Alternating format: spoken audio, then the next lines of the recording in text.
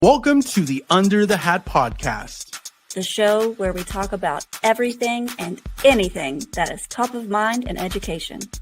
The goal is to provide meaningful conversations to what is currently happening in our classrooms. Stories, pains, moments of success. We want to hear it all. Hey friends, welcome back to Under the Hat. Super pumped to be here with you. I'm your co-host, Steve Martinez, and I'm joined by the amazing Sophie Youngs. Hello, everyone. Sophie, first of all, I miss you. We just being away from the company, but also like you recently be doing some traveling, some vacay. So just want to share that. But this episode's tough question, short answer. So Sophie, I do have a tough question, and a question for you, and to the best of your ability, try to do that short answer. And so here's my. You don't know me very well, do you? I'm a very wordy person. Yeah. Well, no, I front loaded the information for you to. So yeah, short answer. We'll see. We'll see how it goes. So. Here's the question. So imagine, Sophie, you're back in the classroom, and let's say middle school, because I know you did teach middle school.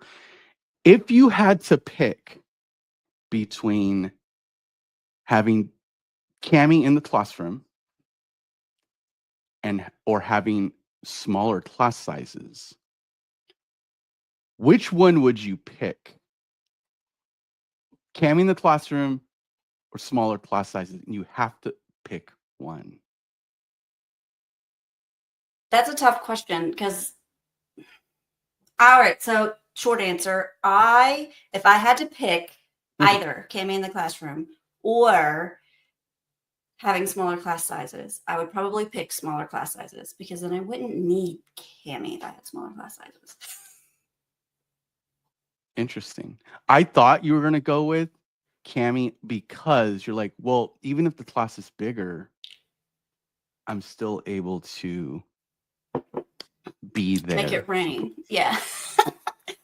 Right. That is true. But I think the connection, the personal connection, the relationships that you build in a smaller class size, that you're able to be more in person with them, I feel like is a stronger connection, especially because I taught math. And so that personal touch to really understand what that student is struggling with and to talk it out with them is sometimes what's going to break down that math anxiety, that barrier, better than the most efficient tool that you can have.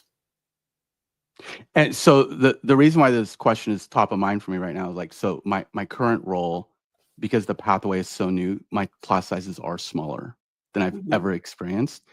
And I noticed like building the relationships this time around was like way faster, right? The buy-in is there.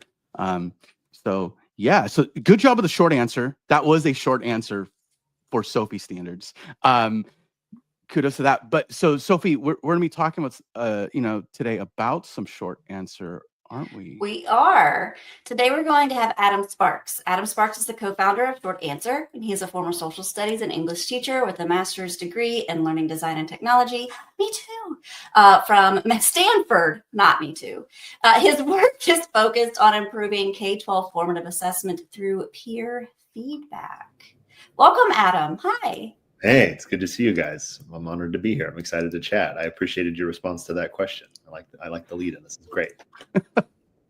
We try to plan around here. Yeah. We try to. Yeah. Well, it's funny because we actually we can go into the whole story of why we called it short answer, but one of the many reasons was we like the idea of building a platform around the way people use that expression, because people are like, well, the short answer is. And it's like a way of summarizing a lot of complicated content in a very succinct way, which is really challenging and meaningful cognitively for kids. So that was actually part of the reason we called it short answers. So I'm glad that you had that little the banter there at the beginning. It was a good lead in. Yeah. Yeah. That was all Steve for once. What? I came with a plan. I had it in my planner. No, I did not. I did not have it in a planner. I had it in my Not brain. in your planner. No, it wasn't your brain. You have a brain that can remember good ideas. I have a brain that is like, oh, this is a good idea. I need to make sure that I write that down or tell somebody, or it's never going to come back. Yes.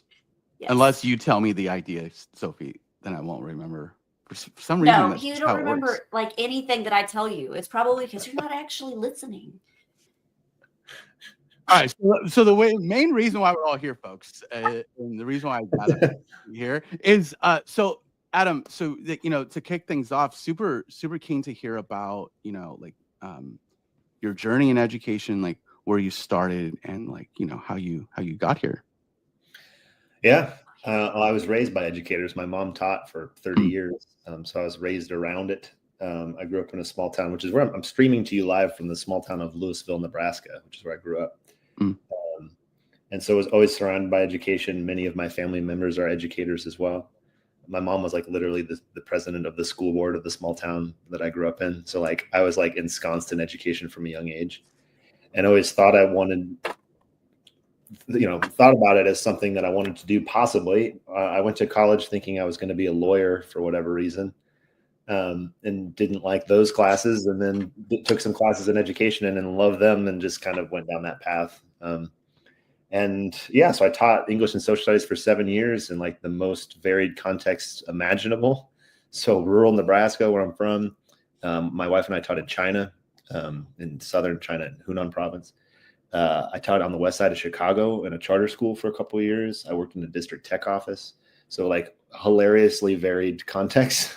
And then fell in love with ed tech as a part of that journey and wanted to build it, but didn't have the skills. And so, as you mentioned, I applied for a program that teaches you how to build ed tech, so learning design and technology at Stanford, and had a year to work on a problem in education. And the problem I wanted to work on was, as a humanities teacher, spending a ton of time giving kids feedback on their writing.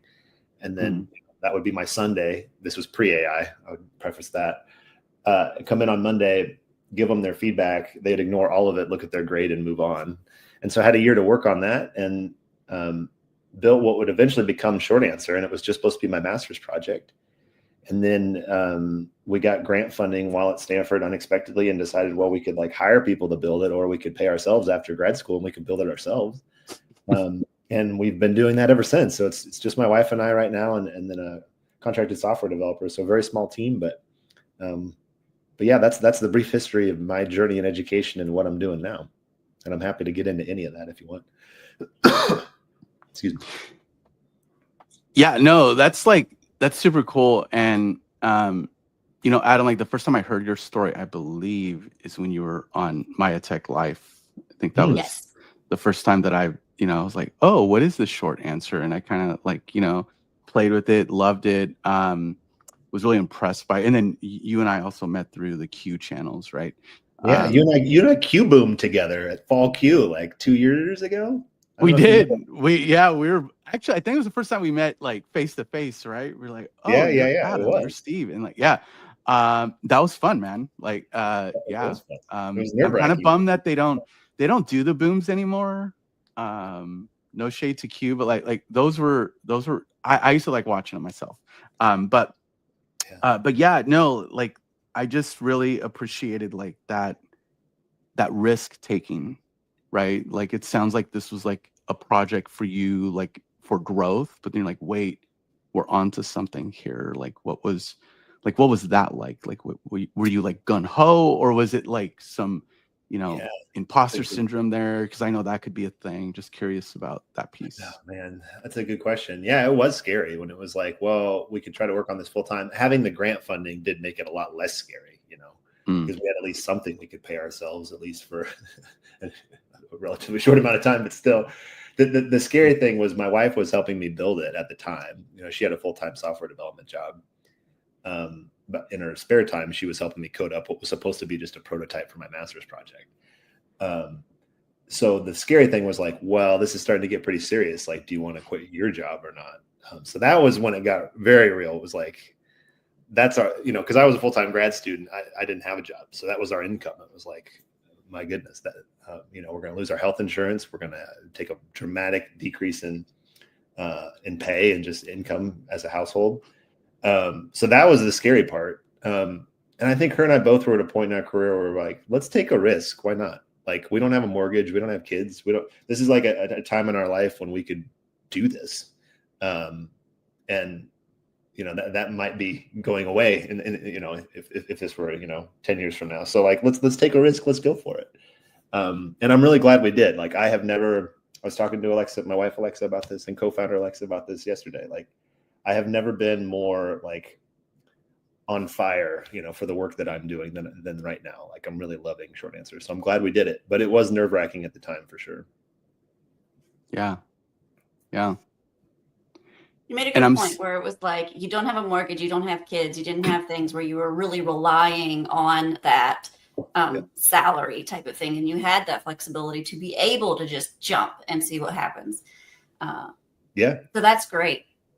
That's great that you had that. Yeah. Well, I mean, there were a lot of stars that aligned. Like, for example, I got done with Stanford, and I have my grandma's house just sits empty. My grandparents passed away like 5 years ago. So it's been a bit, and then they just have this old farmhouse out in Nebraska that sits empty. So it's like, well, we could move into that farmhouse, and our cost of living could be very little. We could do this. Like, we can bootstrap our way. So we had all sorts of like personal, I think, a unique personal situation, but also just where we were at in our lives that has enabled us to do this. And like I said, I'm really glad we did, because I'm loving the work that we're doing at the moment. Yeah. I am starting to see like Short Answer in more places. And like, what I mean by that is like the Edu Protocol Facebook page. Like, people be like, hey, I saw someone post earlier, a teacher was like, I love Edu Protocols. I want to use technology with them. And it's like the laundry list of like all these tools and platforms. Like, I don't even know where to begin. Right. And oftentimes in those conversations, like whether it's John or, whoever else, Kim maybe, and there's like, you check out this, but be sure to check out Short Answer. And I'm also seeing it more like you being more present at conferences as well. So it does seem like there's some momentum and growth there. Yeah. We support about 80,000 monthly active teachers and students, which is more amazing to me, and really special. And I'm honored to have all our teachers and students that trust us within their classrooms. I'm realizing now that when I was giving my little spiel at the beginning on who I am and what I do, that I didn't even explain what Short Answer is. So if you have people listening, it's like, well, wait, I don't know what Short Answer is. That was my next question, Adam. Don't worry, we got you. That was. Yeah. So I mean, it's a short form writing platform essentially. So teacher sends out writing prompt to kids. Kids respond, and then once the teacher has all that writing, they push it back to the class. So it's all peer feedback. We do have AI augmentation of the feedback process now, and I can talk more about that, but at our core, we always want to be peer-to-peer. We always want to have that authentic audience. So kids write, submit, teacher pushes submissions back to the class, and then in a variety of gamified activities, the kids will award points to each other. Sometimes AI will award points to students. And so like our most popular activity is Battle Royale. So it's like a knockout tournament where the class votes to decide who had the strongest piece of writing. And then every activity closes with a reflection. And that reflection is just reflecting on the feedback they received, or the responses that they chose, or the AI feedback that was provided, or it depends on the activity. But it's all this, it's just write, get feedback, reflect on feedback, repeat. And it's all short form and intended to be embedded across the curriculum. I think writing instruction's in a really weird place at the moment. Like, for the first time in human history, like, machines can write for humans pretty well, which calls into question a lot of things about the way that we've traditionally approached writing instruction. And so I think for us, pedagogically, what it means is, first of all, we need to embed more writing across the curriculum, as has been advocated for a very long time, to make up for what I think are going to be the lost practice reps that are going to result from AI. Because, like, for better or for worse, AI is going to write for kids across every platform that they use every day. And I don't just mean at school. I mean like text messages and social media and emails and you name it. So I think we need to make up for those reps by embedding writing. It can't just be in the English class. It needs to be everywhere. Social studies, science, math, electives. So that's the first big one. The second big one, I think, is we need to do more writing in the classroom. Not all writing, of course, but like more writing in the classroom, I would say. Just because once writing leaves the classroom, it's not impossible, but really challenging to know how much of an influence AI has on a student's process. So it's hard to know what they're capable of doing once writing leaves the classroom. So that's the world we're living in. We're hoping that what we're building with Short Answer helps address some of the new challenges with AI and writing. Anyway, I just wanted to like give a little sort of like 2-minute spiel on who we are and what we do and why we do it, so that people have context there. But what I yeah. really love about Short Answer is the peer feedback aspect. Like, and that's really the whole thing that you're doing is, okay, you could have kids writing in your class all day long, but if they're not comparing their writing to something else, comparing their writing to exemplars, looking at somebody else's and figuring out what could be better, is where the learning can really solidify. Taking what you've learned, what you've taught your kids, and like applying it to a sample writing is extremely powerful. How could this be better? What is missing? What questions do you have? Can be extremely powerful. And that's just something, even I'm a math and science teacher. So like I'm sitting here talking to English and social studies teachers, and they're like, writing is what we do every day type of thing. And I'm like, and I would try to get kids to write in the classroom to justify their answer, to explain their thinking, to walk me through the process that you did, not because they would just skip steps. And like, what did you do in your head? They're like, I just did it. I'm like, but what did you do in your head? Explain that to me. And then getting it out of their head and out through their fingers was a struggle, because sometimes we had to add that voice piece to it. But being able to look at something, which is I love about like AI, I can give them sample work from AI and have them feedback on it. But if they have their own peers right there, that adds another level of like, ooh, my peers are going to look at this. But you have like that anonymous thing too, right? So they don't know who they're actually reviewing. Yeah. And what you're touching on, I think, is something I didn't mention, but is another piece of the puzzle when it comes to writing instruction in the age of AI, which is like, how do we motivate kids to even want to learn how to write now that we have a machine that they can type in what they want and it'll write for them in 10 seconds? Like, how are you going to motivate? Right. Sorry, say that again, Sophie. Sorry, it doesn't mean it's right. It doesn't mean it's accurate or relevant. No. Yeah. Of course not. But yeah, just like motivation was already hard. And now we have this machine that's going to probably demotivate even more. So like, how do we motivate kids to want to practice this? And so our answer to that is exactly what you just described, which is like an authentic audience for their work of, oh my gosh, I'm going to write something. And the people that I arguably care most about, my classmates, are going to see it. And it's totally anonymous, but oh my gosh, I'm going to write something and they're going to see it and they're going to react to it. And we always want that to be our core engagement loop at Short Answer. Like, yes, we have the gamification elements. So there's points and there's battles and all the things, and that's fun. But we're hoping that's always secondary to the primary piece, which is, oh my gosh, I'm going to write something and my classmates are going to see it.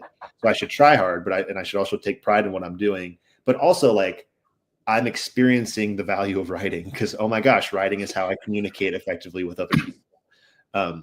It's not enough to just tell kids that writing is important. I think we have to let them experience it. And so I think the best way we can do that in a classroom setting is just have them share it with their classmates. So yeah, that authentic audience piece is huge for us. I think it's like the core of who we are and what we want to be. Yeah. Like and Adam, as you're walking us through this, something that's resonating with me is something I discuss with my student teachers that I support often. And that is the class time you have, bell to bell. We say like, you have to do that instruction from bell to bell, but like oftentimes is it quality time in that class, right? And when you have those kids, it's like precious time that we have, because all the rest of that time out of class, at home, we don't, so there's all that. But I just love what Short Answer solves. And that is, it's not just getting them to read passively, but to Sophie's point, like the peer-to-peer. And really, Adam, like you talked about, like we're in a weird moment right now with writing. I'm a big advocate for like, you're doing the feedback in class and you're forcing them to reflect on it. Like there's no, like, you can't get out of ignoring my feedback anymore. You have to do it. And like you're giving that to teachers without it being that extra burden, which I think is super powerful. Yeah. And I hope, like, if you want to get philosophical for a bit. Yes. Like, I sometimes think about like, historically, we organized schools in the way that we did because teachers were the expert, so to speak. Like we needed, like, this is your chunk of time with the expert at the front of the room who knows the content. And so let's bring you all together into this room for a 45-minute chunk to be with the expert. But for the last 20 to 30 years, teachers are still the expert in the room, but like all the resources of the internet and now all the resources of AI, there is other expertise out there. So like, what is the value of bringing everyone into a room for 45-minute chunks all at the same time? Like, and to me, the primary value is the people in that room and like interacting with each other.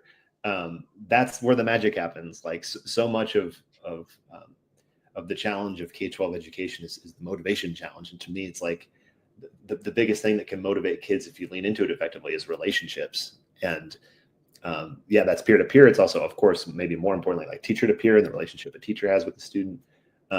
So I feel like classrooms should be places where if we're going to always sit in this room together for 45 minutes, the primary function should be us interacting with each other in meaningful ways. It shouldn't just be passively sit and get, listening to a lecture, or passively, not that direct instruction is bad. We can have a conversation about that, but like it shouldn't just be this passive experience where we come in and sit and get for 45 minutes and then we all leave. Like if we're going to come together, we should interact with each other. I think that's a big part of what we want to do too. A big part of my teaching philosophy aligns with that extremely. Like learning is a community experience. It used to be storytelling.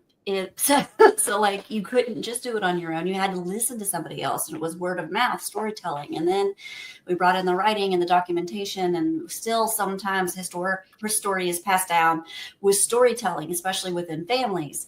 So like it is a community experience to learn, and sometimes the best insights are from your peers, not from the expert at the front of the room.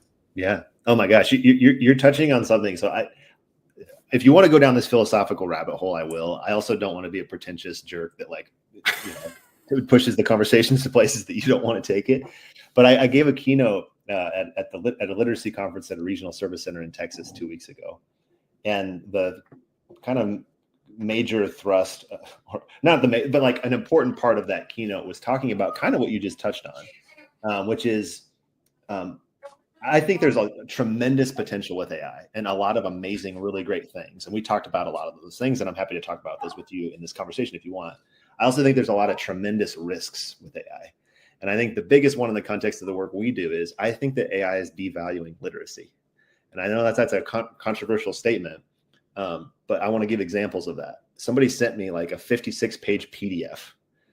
I don't even remember what the context of what this was, but I didn't need to read the 56-page document. I needed like 1 or 2 pieces of information in it. And the first thing that popped up when I pulled up the document was Google off to the right being like, hey, this looks like a long document. Do you want me to summarize it for you so you don't have to read it?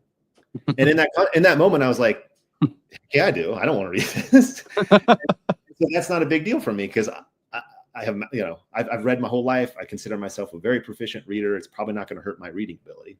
But if I'm a kid who like doesn't really know how to read or is still a developing reader, and I start to lean on that option every time it comes up on my screen, yeah, that's going to hurt my reading skills the more it compounds on itself. And it's the same thing with writing. Like when I open Gmail in 2025, the first thing I see is a help me write button. Like basically write for me and tell me what you want and I'll write it for you. And that's being embedded across platforms kids are using every day. And there's already peer-reviewed third-party research on this that humans are writing less. So I quoted this study in my keynote, but there was a study out of Stanford's computer science department, and they looked at over 400 million pieces of writing across society. So they looked at UN. It was like UN press releases. So we're trying to get like the government represented. It was a corporate job postings and corporate news releases. And the last one was consumer complaints, I think it was, or like some sort of like consumer. So they were trying to represent like business, government, consumer. And across all that writing, sometimes as high as 25% of that was flagged as AI generated. And so they described that as a, quote, new reality in which humans are relying heavily on AI to write for them. So I think all that results in us writing less and reading less. And I'm just nervous about what that means for society. And in some ways, it's Sophie, I kind of this is what made me think of this when you were talking. It was like, you're describing oral culture. And I think in some ways as a society, and this is where I'm getting pretentious and I would encourage you to rein me in and we can talk about something else. But I think in some ways as a society, if we're not careful, we're going to revert back to some of the aspects of oral culture. And I'm worried about what that means given how important literacy has been for human society for the last 2000. So like, not to like overstate our case on the work that we're doing at Short Answer, but sometimes I do feel like, man, of course we want to improve literacy. We want to improve literacy through writing outcomes, but sometimes it feels like, oh my gosh, we just want to like preserve literacy at this point. Yeah. So sorry, you got me thinking, and I'm reading all these pretentious books about this topic at the moment, and I just gave an opinion on it. So it's like top of mind for me, but like, I think philosophically it's fascinating what's happening right now. And I could talk about it for the next 6 hours, so you're going to have to stop me, and I'll just stop here. It is really interesting, and you're talking about a lot of things that I'm actually working through in my doctoral program. Oh, nice. The writing that I'm having. Yeah, I'm in a doctoral program. I'm in a research methods class right now. I just finished up another course that was only 5 weeks, and this one's 10 weeks. So I'm still going through this like whole research process and ethics and all this stuff. And they, in their policy, flat out say copying and pasting from AI is plagiarism. It is cheating. And I'm like, but that was written before you had the canvas inside Gemini where you could write and ask it for support or a different word while you're inside AI. So I'm like, that's outdated already. And that was only written 2 years ago. So like, because all of the writing that I'm doing in this canvas, and I'm getting the support from AI to help me be like, oh, don't forget that this was something you said in your notes. And I'm like, oh, because it's my working memory. I have ADHD. It's my working memory, remembering all the things that I wrote into it as my notes. And it's like, oh, don't forget you wrote this in your notes. And I'm like, oh yeah. And I like add that in. And I'm like, all right, did I cite anything that should actually be cited? Like, did I say anything that should actually be cited? Will you help me like proofread this? Like, where did I get this piece of information from? And so it's helping me out so much. So I literally do copy it and paste it because I'm writing inside a canvas inside AI. And it helps me significantly be more academic in my conversation because it doesn't come naturally to me. It doesn't come naturally to anybody. Yeah. It's something you have to learn. But it's also helps. It's an accommodation tool for me. And the only reason why I'm working on my dissertation, I'm working on my doctoral program right now, is because I have AI to help me write. Yeah. Because there are no accommodations out there to help me in my working memory right now, except for AI. So but it is something where I'm like, okay, how much am I leaning on AI too much to do this writing? And when do I stop? And is this actually cheating? Because it feels like it's cheating. But my therapist is like, that's because you're actually being accommodated for the very first time ever. Yeah. And so it is that weird balancing act where me as the human need to ensure that what is coming out of this, what I'm producing, is still my thoughts, is still me, and is still guided by me, not ran by the AI. Yeah. No, I mean, so much of that, like, first of all, +1 to, yes, this is an incredible accommodation. +2 to, like, you already know how to write. You already know what you sound like. So you can use this tool to make you 10 times more productive and 10 times more effective as a writer. It takes you as an expert and it makes you a super expert.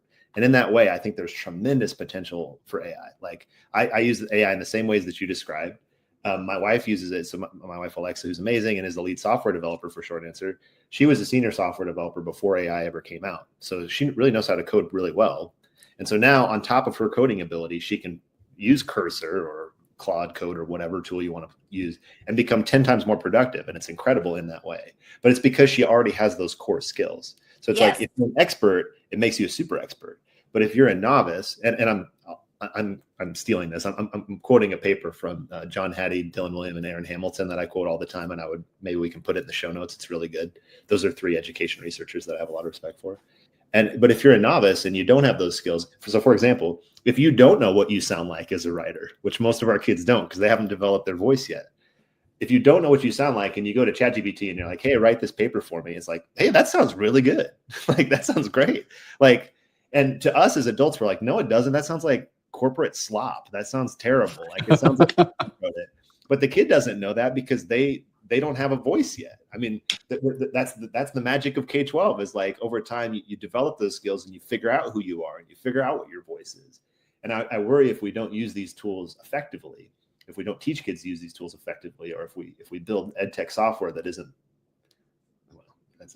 if we build ed tech in the wrong ways, let's just put it that way, we run the risk of like giving kids a crutch essentially that makes them a novice for longer.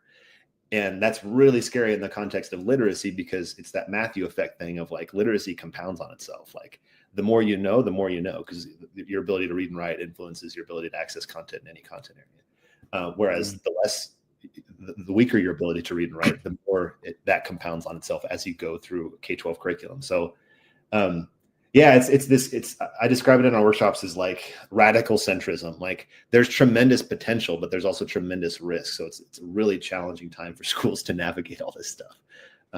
But yeah, I don't want to, all the things you just said, Sophie, are real. Like there's tremendous potential. It's amazing.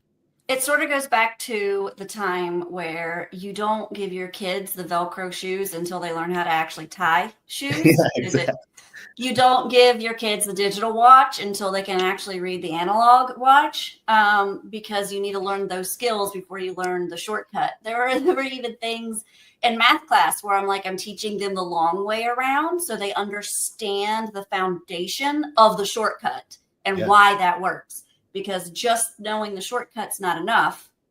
The problem solving as to why the shortcut works is what we want, That's exactly right. Critical thinking, yes. We're not going to give you a calculator if you don't know what 2 + 2 is, right? But once you've mastered what 2 + 2 is, we can abstract that away so we can get to higher level math. But we got to master those skills first.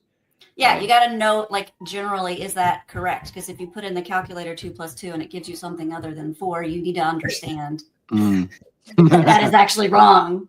I'm pretty sure that's happened to me before. To me, what you're describing to me, Sophie, that's how I define AI literacy. Like I know that word, man, I see people present on AI literacy and I get a different definition every time. To me, the definition of AI literacy is just expertise in in whatever you're using AI for. Because like I studied history, that's what my undergrad's in, and I taught history for I don't know 5 years. Like I feel pretty well versed in it, so that when I use AI and it produces gibberish about a historical concept, I know it's gibberish because I know the content. But if you're a kid and you don't know that, well, then you're going to be up creek without paddle. So to me, the foundation of AI literacy is just what you just described, Sophie. It's like knowing the content of what you're using AI for. So in some ways, I do think we're overcomplicating that concept sometimes in some of the spaces that I've been, specifically ed tech conferences over the last year. But anyway, sorry. Just listening to all this, something that's coming to mind is like, because Adam, you kind of hit on like this, this concern or the danger of more like an oral society. And it got me thinking as a fellow history teacher, thinking about like, where are we going to be at in like 20, 30 years? And thinking about, as a history teacher, the types of stories I was able to share with students. Yeah. And there was no better story that came from when it was just deep, rich literature and words. Yeah. So, Adam, like, I taught world, I taught gov. My kids, like when they read Animal Farm, they knew it. When they read Night, that was a different perspective on the Holocaust, right? Yeah. When my seniors read 1984, that was, I just think it's important that we're still able to tell stories as humans through words, because that's a different layer, it's a different level. It's not just surface. It's like, goes back to the iceberg meme that we see sometimes, right? And Sophie? It's one of I've recently been diving into a lot of books, audiobooks. I'm an ADHD. I'm an audiobook person. But one of the things about books and anything written is that you're experiencing someone else's perspective. You're experiencing different lenses. You are learning empathy. You're understanding someone else's point of view. Those are so many things that you just don't get if you don't read. And sometimes you can get those morals of the story, you know, Goldilocks and the Three Bears type of stuff. You get the moral of the story, but to experience it with your heart and soul to where you in that book and you are devastated because of what just happened. Steve gets tired of hearing me complain about the books. We just read very different things. Different books. This book just destroyed me. It's so good. You've got to read it. Like who says that? Like this was absolutely the worst experience of my life. It was so good. You got to read it. Yeah.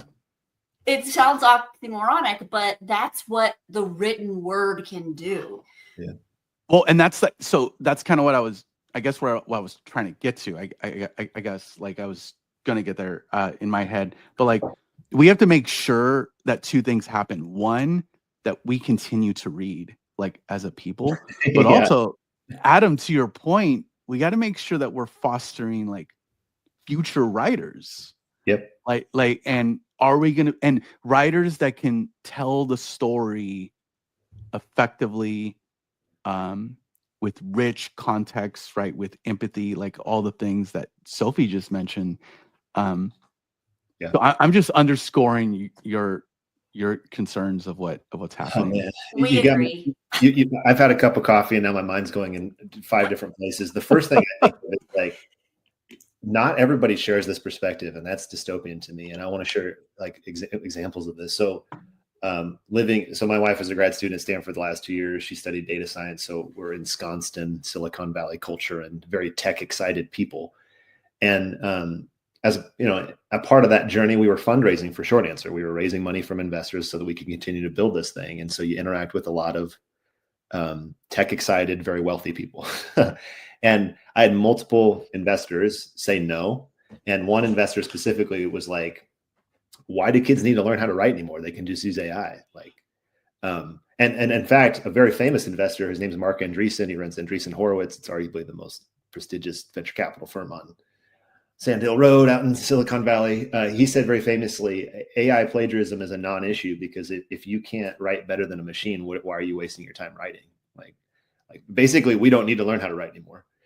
Which is just so divorced from basic learning science and like how the brain works and how learning works. It's just like laughable, but it's not laughable in Silicon Valley to a lot of people. Like when I would tell people in Silicon Valley what we're building and why we're building it, we had multiple people react at like happy hours and talking to investors that were like, that's dumb. Like writing's going the way of the dodo bird. Like we don't need to worry about that anymore. So there's an entire school of thought that's arguing like, this is fine. This is just the way it goes. Technology is always what's best. And now technology has abstracted away writing. We don't have to do it anymore. So that's a worldview that's out there. I think that's scary. And I don't subscribe to that world. And I don't, because of all the things you just said. Well, and I'm not going to call out any one company, right? I'm not going to do that. I do have a long list in my head, but, my concern with the ed tech industry is that some of them, there's enough out there, and Adam, this is not Short Answer.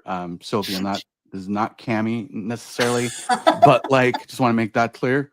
I don't want to upset the friends I'm in front of right now, but like, so I know that enough of them go into it, especially once they start to see revenue, the choices that are being made, how it gets implemented, how it gets sold, how they talk about it, right? What they're willing to do to get it into those classrooms, whether it's software or hardware. It's the revenue will outweigh any interest of the learning itself, right? Yeah. Like where they're making choices solely based off the revenue. And if that means that someone will make a statement of like, oh, why do they need to learn how to read? then you have to ask the question. I'm like, what's the underlining reason of why you say that? Yeah. A lot of thoughts there. So two things. There's tension, I think. And I'm once again parroting people that are smarter than me. So there's a really great podcast around the economics of EdTech. And it's called EdTech Insiders. I don't know if you've listened to it. I would recommend it to all your listeners. It's fantastic. Alex Sarlin and Ben Cornell, two people that know a lot about the EdTech business side of things, but also bring the heart of educators. It's a really good podcast. And they were actually just talking about this on their podcast this week. There's a tension between direct-to-consumer products and direct-to-school products, because direct-to-school, generally speaking, and I'm going to get to this in a second because you made me think of something, but generally speaking, are more interested in the learning outcomes and what is best for teachers and students and parents and learning. But if you're going direct-to-consumer, and your consumers are students, and your students are incentivized to just get good grades and jump through hoops to get to college, to jump through hoops to get a good job, well, then the incentives are a little different, and there's quite a bit of money to be made helping kids cheat. And I mean, I'll name names. There's a startup in Silicon Valley right now that just raised $15 million from the investor that I just listed, Andreessen Horowitz, called Cluely. I don't know if you've heard of it. I don't even like to talk about it because it just brings more attention to it. But it's literally a tool designed to help kids cheat and to help people cheat on, like, if you're being interviewed via Zoom, it's listening to the person asking you questions and feeding you answers on your screen in ways that they can't see. It's like, wow, it's crazy. It's being the founder of it is like a Columbia dropout who like got kicked out of Columbia because he was cheating with AI. I mean, they just raised $15 million, and like they just posted that they already have like $1 million in revenue, and like they're crushing it. So they're doing something right, quote unquote, if you're just measuring doing something right by how much money you make. So there's definitely like a lot of money to be made helping kids under short circuit learning, which is a bummer. And then okay, this looks like something though that I would honestly love to use in my next interview. Exactly. Like, but it's definitely not something that I want my students to have access to just like use all the time. Yeah, it's sort of like how some English teachers feel about Grammarly. Well, it's great for me to use it, but yeah. Okay, I know we're going down a crazy rabbit hole here, but we are. But here's the other thing, and sorry, my camera gets all. I kind of love it. I love that it's like dramatically zooming in on you. It's great. Dude, yeah, no one needs to see my face that big, or that up close. But so I had a conversation last spring with a student, who her and we had a quick conversation about AI in the classroom. You know, being an educational pathway, we're evaluating the public education system like on the daily. And so she made this comment of like, she was really upset that one of her teachers was using AI, not in class, out of class, to give her feedback on her essays. And she was like, I want to know what she has to say about it. Yeah. I don't, and she's like, I would get like almost perfect scores on my essay. I don't care about that, but I want to know what the human expert in the room has to say about me. Yeah. And that led to this conversation of, you know, human versus, you know, artificial intelligence with her, and kind of this meaningful conversation around like, you know, how do we, and this is the classroom that the students are not allowed to use the AI. So then it was like this conversation of like, well, what is it? What signals do the kids get when they're like, oh, my teacher's using AI, but she doesn't want me using it like in class or like in any kind of way. It's, and just hearing Sophie talk about like, and she's right. Like she could probably use that tool. Right. But she's like, I don't want the kids using it. So like, there's this weird line to walk. Yeah, that we have to balance between what we're willing to do, what we're willing the kids to allow to do, and the kind of conversations we have with everyone about it. Yeah, well, a few things there. I think there is a difference between using it as a professional educator and using it as a student, because As a professional educator, you're using it for efficiency. And that's fine because you're a professional and you're just trying to do your job faster and better. But as a student, something that makes you more efficient might take away too much of that friction that we The want learning. trying to learn something, right? So it's like two different use cases. So it's, in some sense, I can totally see a scenario where a teacher would use it, but not allow their kids to use it. But that requires communication because it's very clear to a student, like, it's very clear that like for a student, it would be like, this is hypocrisy. Like, what are you talking about? Yes. You need to explain to them and have a conversation about that. But I also think it's interesting what you said, because I've heard teachers say this, because we lead workshops with schools across the country on writing instruction specifically, and how do we adjust it in the age of AI. And teachers say all the time, like, my administrator sent out this newsletter, and we could tell immediately when they started using AI, because it sounded like, and they were like angry about it, because it's like, what does that communicate to your staff that you're not taking the time to write these? Like, is it worth their time to read it if you didn't take the time to write it? I've heard this described. I heard this from Drew Bent, who's the head of AI education at Anthropic, which is the company that builds Claude. And he's like, my favorite rule around AI is Stanford's golden rule, which is like, treat others the way you want to be treated. It's like, use AI with others the way you would want others to use AI with you. And I think that that's a really good framing for educators, both for teachers to students, but also administrators to teachers, teachers to parents, all stakeholders, yeah, sorry, just rambling. This has gotten real. Yeah. It's a good conversation. I enjoy it. And it's an interesting time to be alive. Like this technology is like really kind of churning up like fundamental questions about education and society and all these things. So this is what I mean by like, I'm on fire by the work I'm doing right now. Like it's an interesting space to be in. Yeah. It is. Yeah. So yeah, Adam, some folks that are, they're listening to this in the car, but some might be watching the vid, right? Someone might be like watching us. Really apologize about that if that's what you're doing. But maybe they can see short answer in some sort of context. And so like, let me go ahead and bring this up here. Yeah. I'd love to check it out. Yeah, I was going to show. I mean, maybe if they want to get a sense, and I hope I'm sharing my whole screen here. Yeah, you are. Yes. You are. Yes. Okay. Oh, the random emoji one. I love this. So this is an edge protocol that you have built into short answer as an option, right? Yeah. That's yeah. so So this good. is one of our literally newest features. This is a partnership with Edge Protocols. So this is called Random Emoji Power Paragraph. You can do this. It's just and this is the magic of Edge Protocols. It's just a lesson frame. So you could use this across any of our activities or across any content that you're teaching. And so the way Random Emoji works, I got my AI voiceover in there. So this is how you do any short answer activity. You create your question or your prompt, and then you launch it to the class. We've got a bunch of different activities. The one that I almost always demo for people that are new is Battle Royale, because it's our most popular one. It's like a knockout tournament.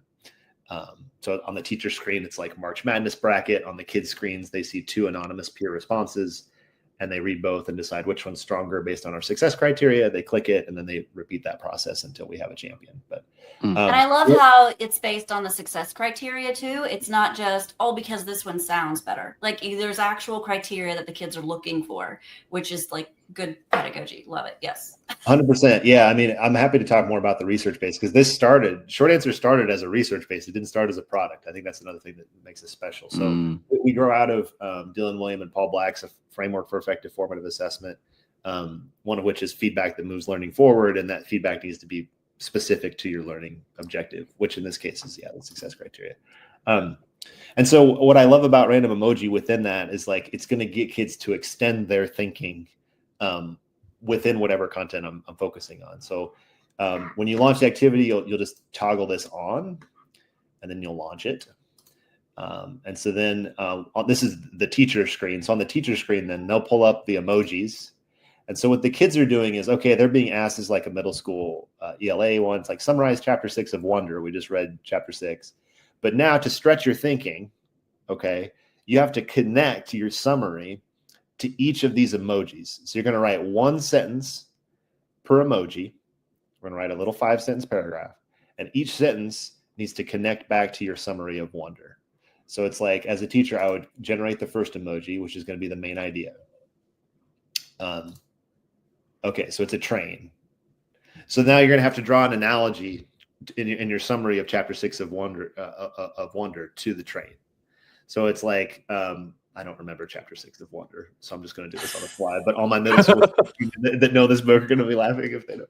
But it's like, in chapter 6, Augie, the main character, was kind of like a train because, and then they'd have to make that connection. Right? I mean, that's a really bad version. The more kids do random emoji, the better they get at stretching and being creative and things. But so it's like, okay, you wrote one sentence, perfect. Now let's go to the next one. So now your next sentence needs to connect back to that one, and we're just going to go emoji by emoji, and it's sort of analogical thinking. But in that way, we're also building stamina for kids because they're in a relatively short amount of time. Hopefully, doing this on a weekly or daily basis, like learning how to quickly write a 5-paragraph essay that's all organized around a main idea, supporting evidence, and a closing sentence. And in this case, it's like fun for the kids because it's just kind of goofy. Like, can we connect it to these emojis, but cognitively also really meaningful. So this is just showing up on the teacher screen in a modal, but you can't see it. But the students would be writing on their screens right now in response to this. So they would write that paragraph, and then again, this is in Battle Royale. I don't know if this. Oh yeah, so this is what the teacher screen would look like. So now we've got our little tournament bracket. So the kids on their screen are going to have 2 anonymous peer responses. They're going to read both and click it, and it's going to whittle it down to a final 4, a championship. We do a big ta-da reveal of like, we felt like this was the strongest. And then the kids are going to reflect on that. So in this case, like, here's the top response. The kids will reflect on that together. And that's the core of the activity. So we're hoping that this is just like a quick, fun writing activity you can embed on a weekly, daily basis to get kids more writing practice, more reps. No pun intended, because rep is also for random emoji power paragraph. And then these are all saved in the results tab. So that's the basics of short answer, but that's also our newest activity, which is, or not activity, but just it's a new partnership with Edge Protocols. Yeah. Can you customize the emojis? Like, is there a bank of them? Because I would imagine, depending on what you're reading, you're going to need different ones, right?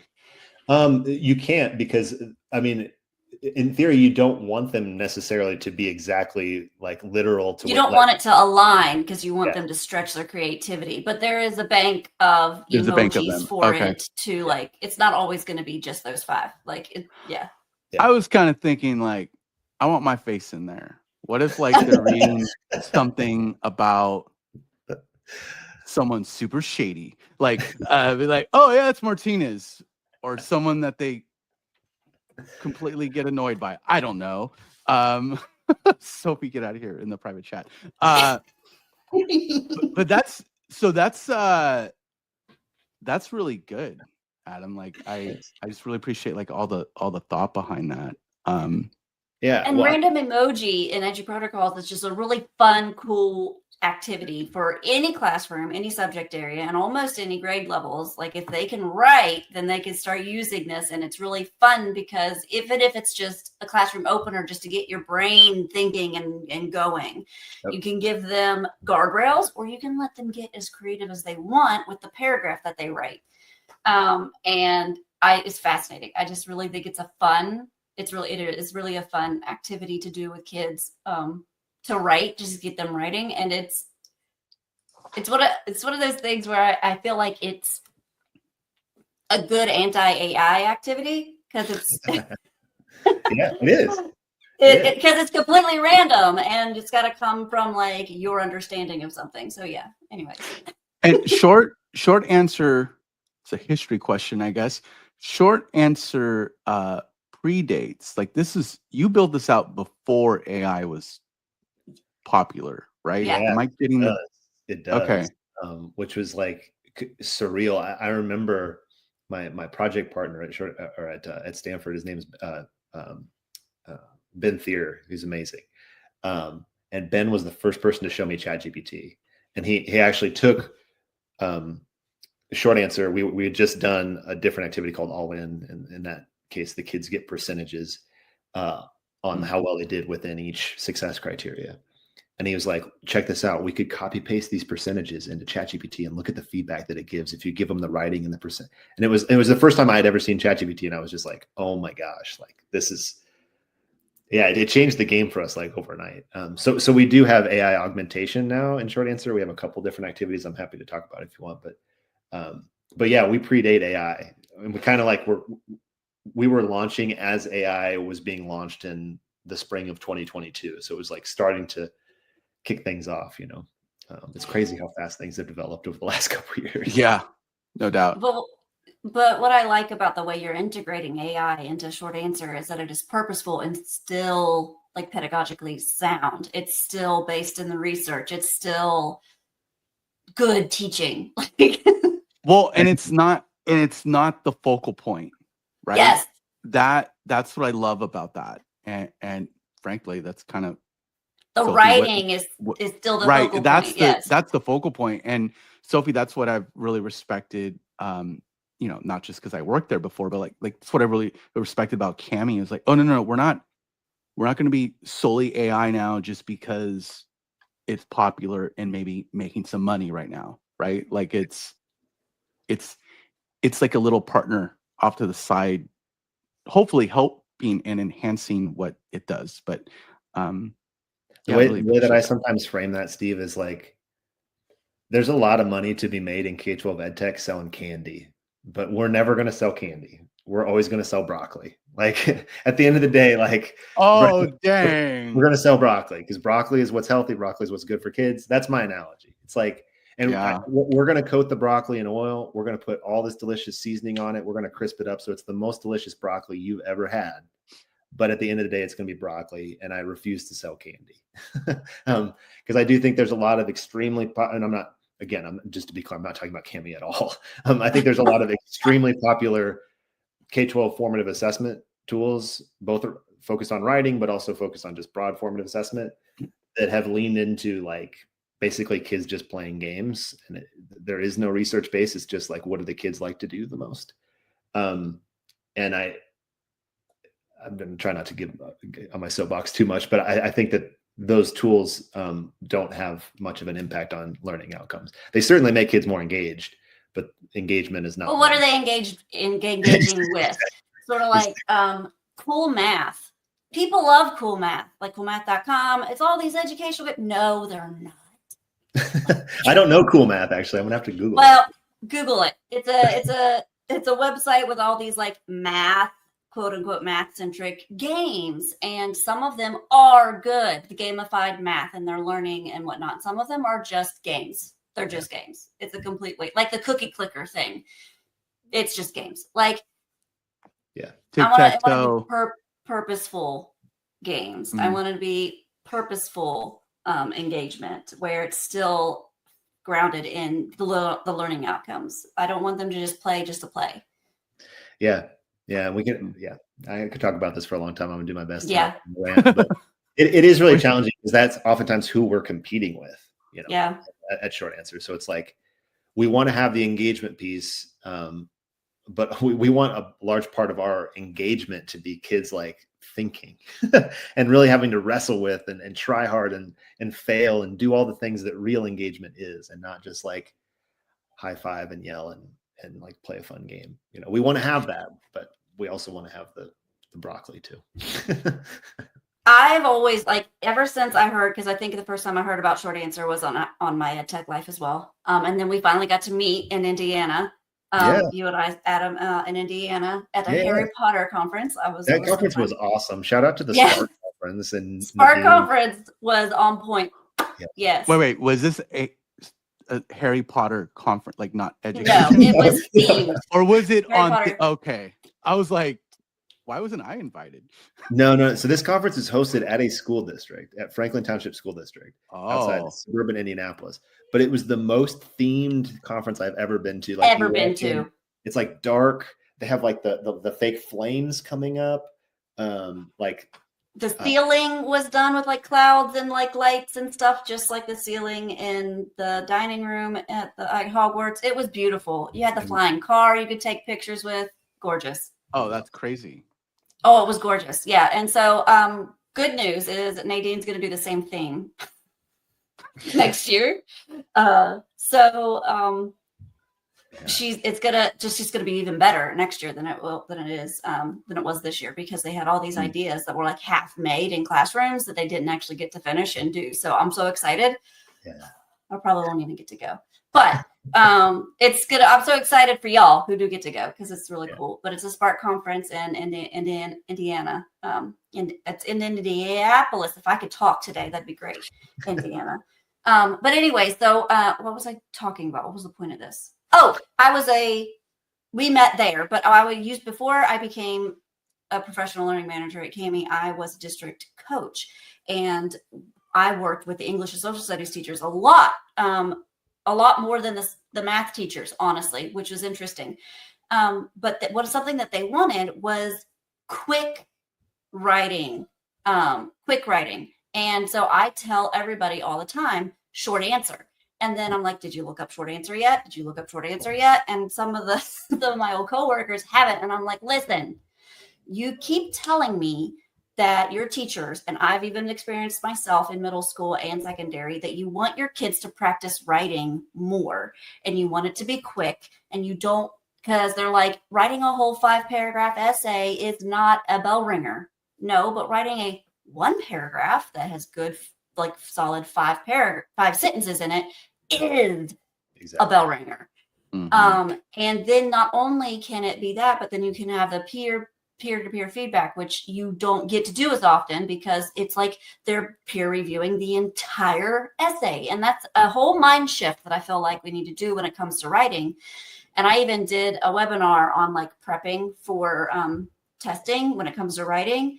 Break it up and do that practice over and over and over again, because you don't have to do the whole process every single time. Just write the introductory paragraph. Just write the conclusion. Just annotate the prompt to figure out what you're supposed to be doing. Just write the outline. You don't have to do the whole thing over and over again.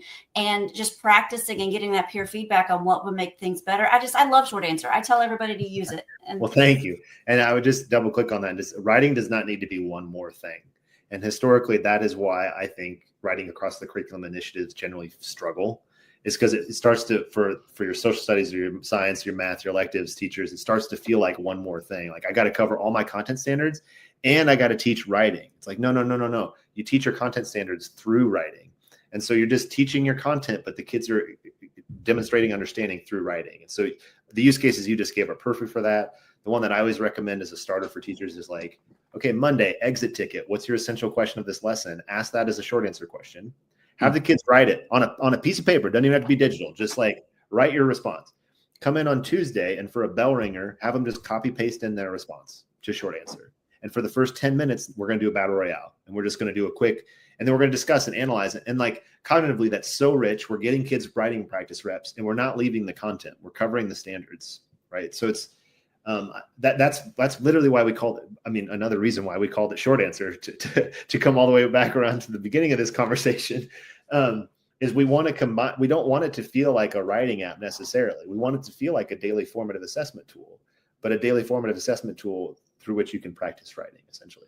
And that's why we didn't even put writing in the name, which arguably was a terrible decision from a branding perspective. But like what we found was like when we said, hey, we're going to call our tool Write better. Like the second that the science or the electives teacher hear the word writing, they're like, oh, that's not for me. That's for the English teacher. And we didn't want that out of hand rejection. It was like, no, we're like an assessment tool. So come use us. It's almost like Trojan horse writing practice for content areas that aren't ELA. So +1 to everything you said, Sophie. That's a lot of work. I love it. I love it so much. I was definitely one all about the writing. There's all this science behind actually writing and how it sticks and stuff. One of my favorite writing activities I did was in collaboration. I was teaching 7th grade math that year, and I was collaborating with the 7th grade English teacher. We both had all the same kids. We had them all. And we wrote 2 voice poems. They were math vocabulary, but she was poetry time for her. And it was enforcing the variety of math vocabulary that we had learned over the year, because it was towards the end. It was like Aprilish. And so we did 2 voice poems. That was partner work. Not only were they had a partner to do this with them, but they had time to work on the writing in English class and my class. And then we brought the classes together and we presented them in front of the room to each other. And one of my favorite ones that I remember was volume. Mm-hmm. And the point was to talk about the volume definition in math, and then how volume can also be applied in the rest of the world. Mm-hmm. And it was so powerful. These 2 girls did a fantastic job. And one of the girls just got engaged. Sorry. I'm still connected with these kids. This was years ago. I don't even want to say how many years ago. Yeah. And so they wrote about how volume is the measure of a 3D shape, basically. And then the volume is also what can be in your hair. You have volume in your hair. You have volume on your radio. You have volume. And it was absolutely amazing. And like the whole 2 voices of them talking asynchronously and then synchronously was so amazing. A lot of really great, powerful, content-based poems were written, and some of them were able to be really creative and stretch their understanding and like get into it. And some of them were very basic, but they still ended up doing exactly what we wanted them to do, right? Find other words that were more descriptive, and then also talk about math and vocabulary, like math vocabulary and real world vocabulary. It was really cool. Anyways, I was always about writing in the math classroom. Yeah. No, writing across the curriculum, like randomized control trials can show you like how meaningful it is, both at improving content understanding, but also improving kids' literacy across the curriculum. Like it's legit. So, and it helps with like the transference of knowledge too. Like we're writing in math class. Yes, you're going to write in math class. Yeah, exactly. Exactly. Yeah. Love that. Adam, Steve's this has been amazing. No. This has just been like, I know that we don't go out all day, but like, Adam, like this is such a good deep dive on. I love it. Not just short answer, but like kind of like perhaps your mission statement, right? Like your why of like, and there's so much context and nuance to it that it's like, no, just loved every bit about it. But really quick, this will be a short answer, Adam, maybe, I don't know. But we, just to blast out our question that we ask all the time, and you probably already touched on this, but like, what is under the hat? What's top of mind for you right now in education? Oh man, AI but specifically its intersection with literacy and all the things that I already talked about on the podcast of like, AI, if we bend it in the direction that we want, has a tremendous potential to improve literacy, right? But also if we don't, and we kind of do the same thing we did with cell phones, where we just kind of put them in kids' hands, but we don't provide them any guidance on how to use them effectively or the impact that it might have on their brains, we can go very much the other direction. And so I think we're in a really critical moment right now of like, as an education system, we need to be intentional about bending this technology towards human ends, which to me is literacy. And so that's what occupies my mind the most. And all the work we do, whether it be our workshops or the tool that we're building or anything that we do with educators, that's what's top of mind for me. Anytime that you bring up like how this could go bad, I keep on thinking about the movie Idiocracy. Yeah. And I really hate to say that, but like every time you describe it, I'm like, it could go down that way. Not tomorrow. Yeah. My brain always goes to Spider-Man. Explain. With great power comes great responsibility. That's exactly right. Yeah, that's exactly right. So yeah, that's where my brain always goes. Steve's and my brain are so different. It's hilarious. We are different, but it's part of the reason why this whole thing works. But awesome. All right, friends. No, this has been good. Adam, thank you.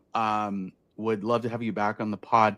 and you may have caught this with the whole Edu Protocol partnership, which is completely fire.